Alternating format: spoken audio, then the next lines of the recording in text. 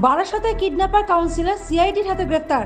আরজিকর কাণ্ডের মাঝেও ধামাচাপা পড়ল না বারাসতে কাউন্সিলরের কুকীর্তির অভিযোগ। সূত্রে খবর অনুযায়ী অতীতে ত্রিপুরার বাসিন্দা এবং বর্তমানে উত্তর 24 পরগনা ব্যবসায়ীকে মোটা অঙ্কের মুক্তিপণের জন্য 2 দফায় কিডন্যাপ করার অভিযোগে গ্রেফতার করা হলো বারাসতের এক কাউন্সিলরকে। সূত্রে খবর, ব্যবসায়ী অপহরণের অভিযোগে ধৃত কাউন্সিলর বারাসতের তৃণমূল নেতা মিলন সর্দার।